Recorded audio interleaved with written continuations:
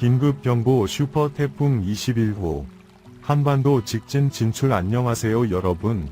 전세계 기상변화의 모든 순간을 함께하는 CIATV에서 전하는 2025년 가장 긴급한 소식입니다. 오늘 한반도는 전례 없는 자연재해에 직면해 있습니다. 올해의 바람괴물로 불리는 슈퍼 태풍 21호가 최대 시속 170km 이상의 강풍과 함께 폭우, 5층 건물 높이의 파도를 동반하며 한반도를 직진하고 있습니다. 산사태, 정전, 광범위한 사회기반 시설 파괴 위험도 있습니다. 기상학자들은 태풍 21호가 9월 말경 캐롤라인 제도 인근 서태평양의 열대 저기압에서 형성되었다고 밝혔습니다. 처음에는 약하고 느리게 움직이는 소용돌이 형태였기에 거의 눈에 띄지 않았습니다.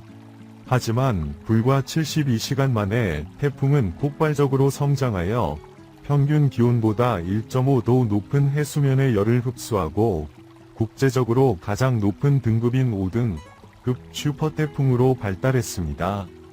위성 사진이 전송되자 기상청, KMA 분석가들은 놀라움을 금치 못했습니다. 붉게 달궈진 금속처럼 둥글고 지름이 50km가 넘는 완벽한 눈이 해저 깊은 곳에서 소용돌이치고 있었습니다. 이 태풍은 강할 뿐만 아니라 평균 풍속이 시속 150km가 넘는 이례적으로 빠른 속도로 인구 밀도가 높고 해안 인프라가 밀집된 한반도를 향해 직진하고 있었습니다. GFS와 ECMWF 예보 모델에 따르면 태풍 21호는 향후 48시간 이내에 동중국해를 통과한 후 한국 남부 지역에 상륙할 것으로 예상됩니다. 부산, 제주, 경남, 경북, 울산 지역이 가장 먼저 그리고 가장 큰 피해를 입을 것으로 예상됩니다.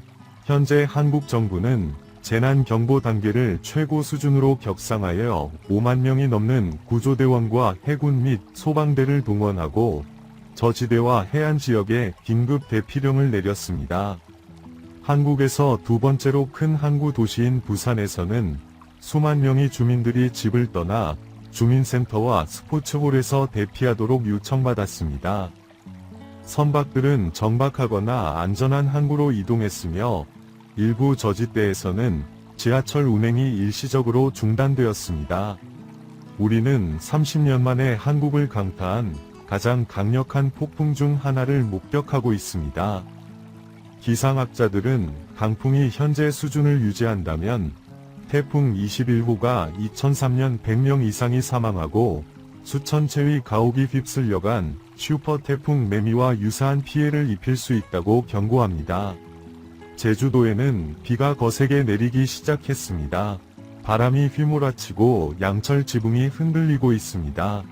최대 10m에 달하는 파도가 남해안을 강타하기 시작하며 방파제를 뚫고 차량과 어선을 휩쓸고 지나갔습니다. 제주, 부산, 서울발 국내선 및 국제선 항공편 300편 이상이 취소되었습니다. 남쪽 고속도로에는 트럭과 승용차들이 길게 줄지어 대피하고 있으며 교통경찰은 피난민들을 북쪽으로 안내하고 있습니다. 그 장면에서 하늘은 어두워지고 짙은 구름이 소용돌이치며 천둥이 하늘을 가르는 듯했습니다.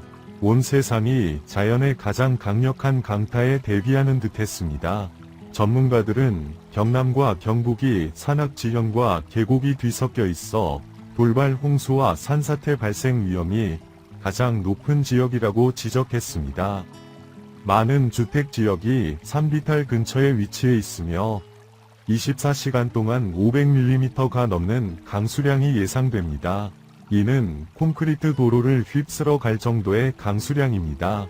한국의 주요 산업 중심지인 울산에서는 여러 공장과 작업장이 침수와 정전 위험에 직면해 있습니다. 지방 당국은 200곳이 넘는 산업시설의 운영을 중단하고 근로자들에게 폭풍이 지나갈 때까지 자택 대기를 권고했습니다. 행정부 관계자는 다음과 같이 말했습니다. 이처럼 강력한 에너지를 가진 폭풍은 본 적이 없습니다. 만약 이 폭풍이 직접 상륙한다면 하룻밤 사이에 수십억 달러의 피해를 입힐 수 있습니다. 한국뿐만 아니라 일본도 간접적인 피해를 입고 있습니다.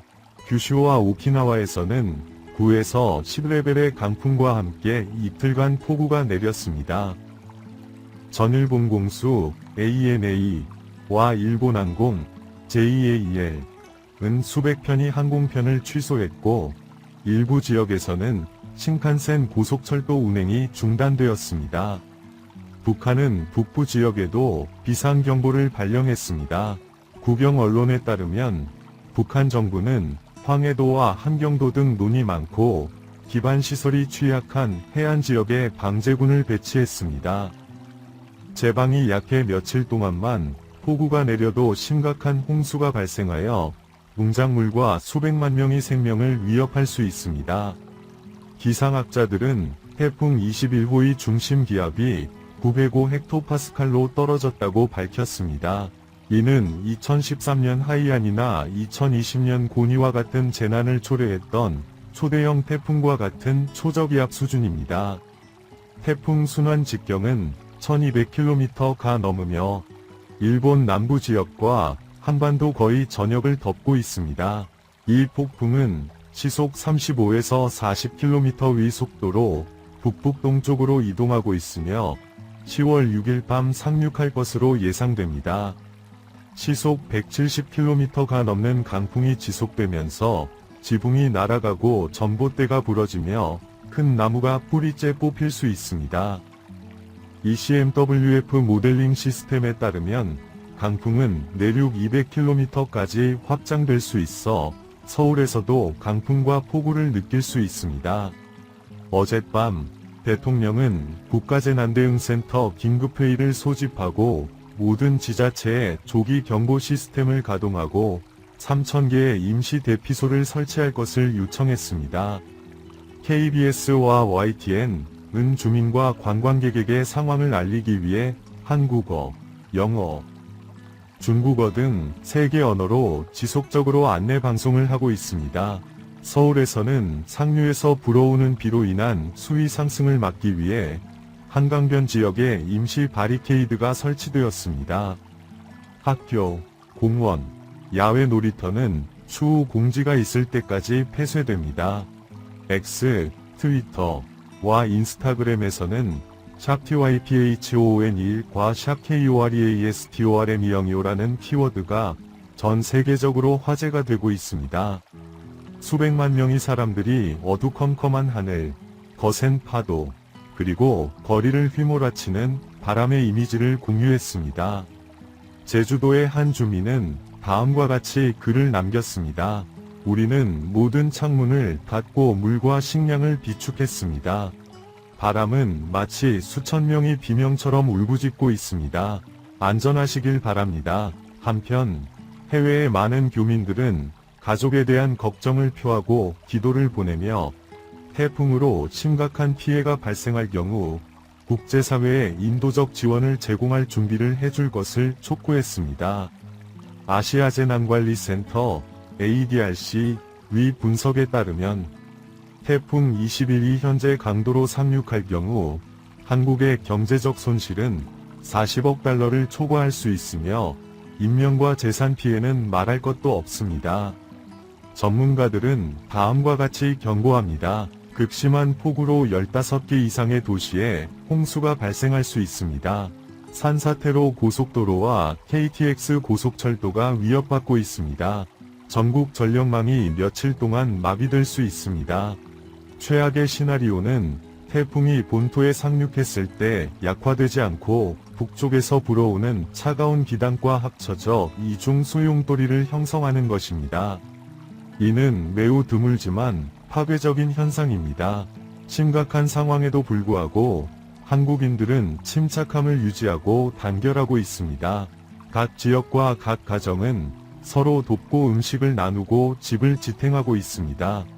많은 자원봉사 단체와 청소년 자원봉사자들이 폭풍 이후 긴급 지원에 등록하여 구조 작업을 준비하고 있습니다. 한편 기상청에서는 여전히 붉은 소용돌이가 킬로미터마다 접근하는 레이더 화면을 주시하며 긴장된 눈빛으로 지켜보고 있습니다. 자연은 언제나 강력하지만 인간의 힘은 준비와 연대에 있습니다. 슈퍼태풍 21호는 한반도의 회복력을 시험하고 있지만 동시에 세계가 역경 속에서 공동체의 힘을 볼 수 있는 기회이기도 합니다. 공식 뉴스를 주의 깊게 읽고 주관적인 판단을 삼가며 정부의 지시가 있을 경우 항상 안전한 곳으로 대피할 준비를 하십시오.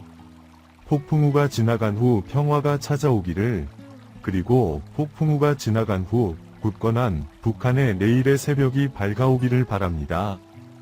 CIA 텔레비전의 특별 뉴스 보도입니다. 채널을 구독하고 알림종을 켜고 금색이 가장 무서운 폭풍 중 하나인 슈퍼태풍 21호의 이동 경로를 지켜봐 주세요.